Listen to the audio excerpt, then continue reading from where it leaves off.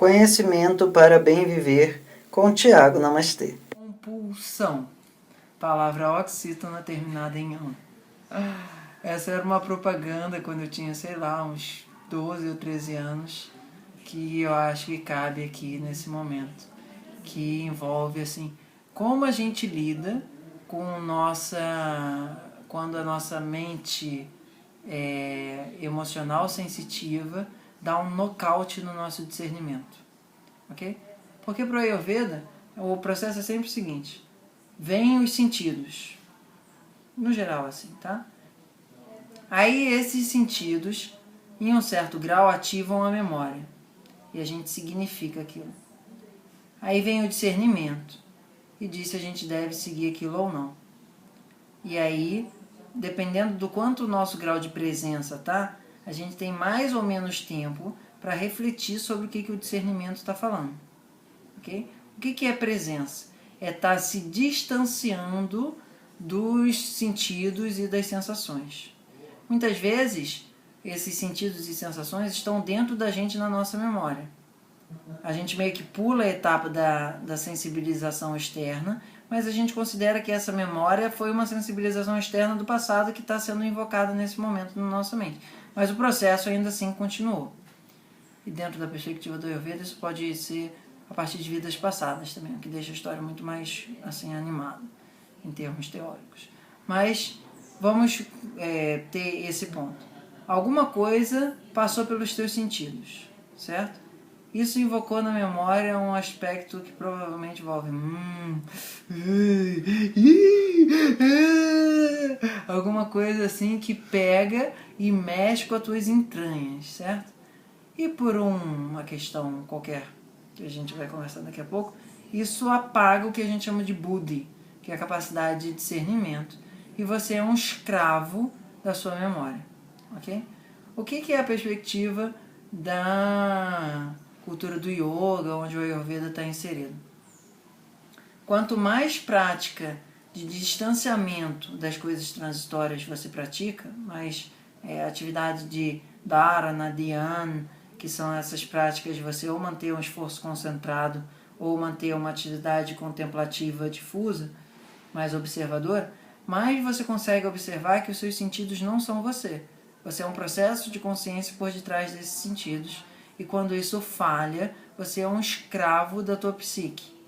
Ou seja, o teu processo de consciência fica dominado pela tua mente sensitiva e emocional, que a gente chama de manas.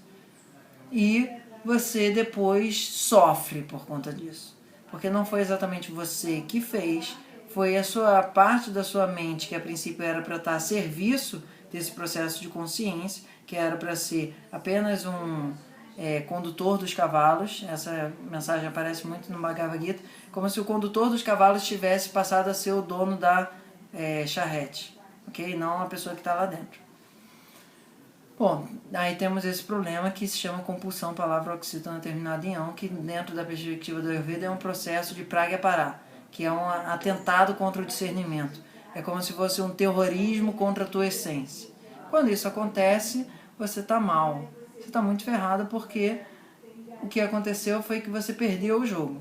Como é que a gente faz para não perder o jogo? Que é a questão principal aqui. Instrumento número 1 para evitar que o cocheiro, o cara que fica conduzindo os cavalos, fique assanhado demais na Shodhana.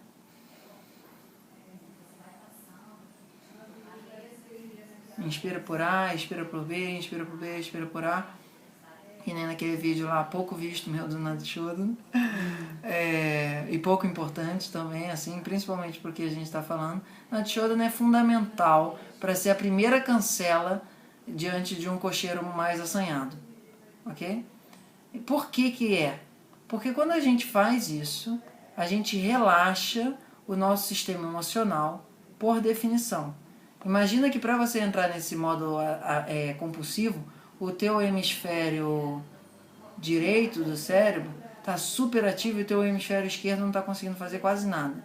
O Nadishodhana joga essa balança de novo para fazer o Sisol. Ele entra de novo no...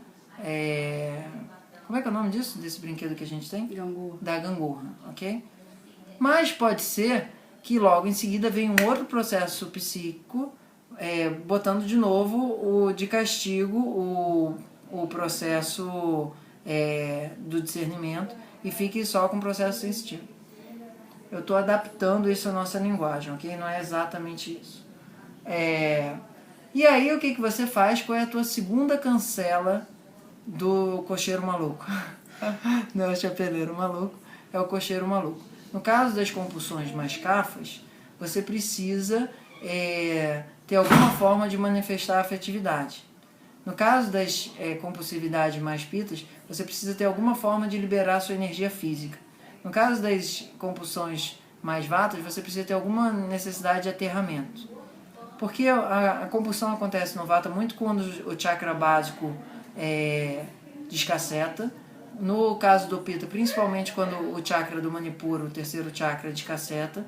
E o do kapha, prioritariamente o quarto chakra. A gente pode dizer, de uma maneira mais esquemática, assim, agora que você está estudando yoga, que o primeiro e o quinto chakra são eminentemente vatas. O segundo e o quarto chakra são eminentemente kaphas. E o terceiro chakra e talvez o sexto chakra são eminentemente pitas. Ainda que dizer que o sexto é pita é puxar a sardinha para os pitas. Né? Então, o que acontece? Quando a gente está com um processo de escacetamento kapha, prioritariamente ou é que a gente está com uma sensação de que a gente não está com nenhum prazer na nossa vida, ou que normalmente não é o mais presente, ou que a gente afetivamente não está atendido, certo? Então a solução para isso, via de regra, é dar abraço, procurar abraço, diário amigo, que seja uma mídia social ou qualquer coisa nesse sentido, que eu chamo naqueles meus vídeos de kapha de presidência do Free Hugs. O de vata, via de regra, vai ser a questão de não estar se sentindo com o pé no chão. Então deitar no chão é muito importante para os vatas não pirarem. Ainda que muitas vezes ele não possa estar se sentindo sem a capacidade de se expressar, aí ele vai para o vício do jogo, vai para fazer alguma coisa que libere aquela energia, que ele consiga sentir aquele fluxo de energia. Aí nesse caso desse chakra que está mais constricto, melhor seria dançar, fazer movimentos de abrir os braços, assim. No caso do pita, basicamente isso envolve carro de alta velocidade, pular de paraquedas, não sei quantas relações sexuais, coisas mais assim relacionadas a essa sensação de adrenalina com desafio, né? Não uma adrenalina do tipo, será que eu vou morrer aqui, mas eu vou chegar primeiro. A adrenalina do vata é do tipo, será que eu vou morrer aqui? É esse tipo. O adrenalina do vata normalmente tem uma tendência um pouco mais inconsequente em um certo sentido. Não que seja melhor ou pior, mas tomar um monte de anfetamina. Pita normalmente não faz isso, mata o outro, né? Mas nesse sentido, o que os pitas precisam fazer? Precisam ficar gritando pra árvore, dando porrada no saco de boxe, liberar essa energia de violência que fica contida, ok? Então, tem esse segundo momento da relação do momento de compulsão, onde você já não conseguiu que o Natshodana desse uma quietada naquele cocheiro, você precisa lidar agora com o cocheiro maluco, ok? Antes, no caso do kapha, de chegar na geladeira, no caso do pita, chegar na carteira para fazer alguma estapafurdice, assim, eu sou o mais fodão de todos. E no caso do vata, aí o vata ainda tem uma criatividade imensa, vai saber o que o vata vai fazer. Por definição não é sabível, mas é alguma coisa assim fora do... pegou e se mudou para a Finlândia, sabe? Mas ninguém nunca sabia que não sabia falar finlandês, mas paciência. Então, assim, esse é um segundo movimento importante. Deixar bem claro que as compulsões, elas envolvem uma perda da capacidade de discernimento ativo, ok? E o Bidya Mantra mais ativo para ligar o discernimento de novo é Hrim. Hrim. Isso aumenta muito Tejas e aumenta muito essa faculdade do Buddhi, tá? Então, para todo mundo isso vai valer. Você deita no chão, de barriga para cima. Põe a mão nos chakras que te parecer de acordo com essa descrição que estão mais relevantes. inspira, na inspiração você inspira com OM, na expiração você expira com RIM. A mente, né? RIM, H-R-I-M, RIM, RIM. Isso instantaneamente vai trazendo clareza para o sistema. É claro que existem milhões de técnicas yógicas mais efetivas do que isso, mas isso qualquer pessoa pode fazer, ok? E aí, no caso de uma situação mais vata, onde a pessoa está muito desesperada, está muito não sei o que e tal, uma solução antes dela ter perdido de vez para o cocheiro é fazer oleação e ficar em silêncio.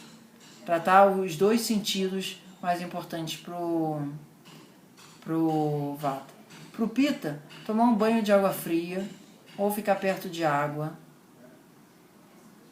ou ficar perto de verde. Ficar olhando para o verde é muito bom para Pitta, principalmente se for com coisa viva de prana, e ficar com cabeça fria, ok? Antes, por exemplo, de o Pitta decidir que vai gastar toda a fortuna dele comprando uma frota de iates, que seja. Tá? Estou dando um exemplo dentro do que faz sentido no mundo. E nos Kaffas, a grande questão, vira e mexe, vai ser a geladeira, ok? Porque os Kaffas são as pessoas que menos fizeram a ruptura da ideia de que alimento é igual a afeto. Okay? Para os Kaffas, isso sempre, durante a vida, ainda vai ser uma dúvida. Pô, mas eu sempre acho que aquilo é tão gostosinho, tão nhonhonhon, etc. e tal. Então, vira e mexe, as compulsões de Kapha não vai ser, assim, ficar se drogando, no sentido assim, sabe? Ficar fumando, usando cocaína, que seria uma coisa mais pita, ou um crack, que seria uma coisa mais vata. Coisas mais, assim, ou ficar jogando pôquer. Kapha não faz isso. Kapha vai e fica na frente da geladeira com a televisão embutida, de preferência, ok? E aí, nesse sentido, tem algumas coisas que ajudam muito o Kapha. O primeiro é você tomar um chá de alguma coisa doce com alguma coisa picante. Um chá de erva doce com canela é um chá ótimo para Kapha nesse momento. Porque vai ativar, a canela tem esse aspecto de ativar, o anahata também, a erva doce também. A outra coisa que pode ser feita é comer uma torrada com mel e botar um pouquinho ali de gengibre ou qualquer coisa assim. Comer uma sopinha. Mas a pessoa vai falar, Thiago, se a pessoa tivesse com esse grau de discernimento, não estaria fazendo o ataque à barra de chocolate. É justamente porque isso chegou no terceiro momento da conversa, certo? Mas deixar claro que sem o Nadshodhana lá, sem o Rim e sem as outras coisas antes, se você não observar isso de uma maneira mais presente, essas medidas vão ser paliativas. Aí o que você precisa? Você precisa de um spray de Kapha, botar aquilo no vento, assim, precisa de umas coisas mais ayurvédicas pragmáticas. Mas o que eu estou querendo mostrar aqui é que existem maneiras simples, acessíveis e eficientes de lidar com a compulsão, dentro da perspectiva do Ayurveda, entendendo que compulsões são palavras muito diferentes no universo de Vata, Pitta e Kapha, e que dá para estabelecer uma relação de doçura e acolhimento, que é o que o Kapha está procurando na comida, de uma maneira inteligente, que isso não prejudique o processo do estômago e depois ele não fique todo entupido em vários cantos, ok? Ficou assim minimamente claro e também ficou minimamente viável, certo? Então, compulsão, palavra oxítona terminada em "on", em homenagem à minha infância, que meu irmão, no meu momento Kapha, meu irmão ficava enchendo a casa de compulsão. Deseja uma atenção mais personalizada? Entre em contato e saiba como. Namastê!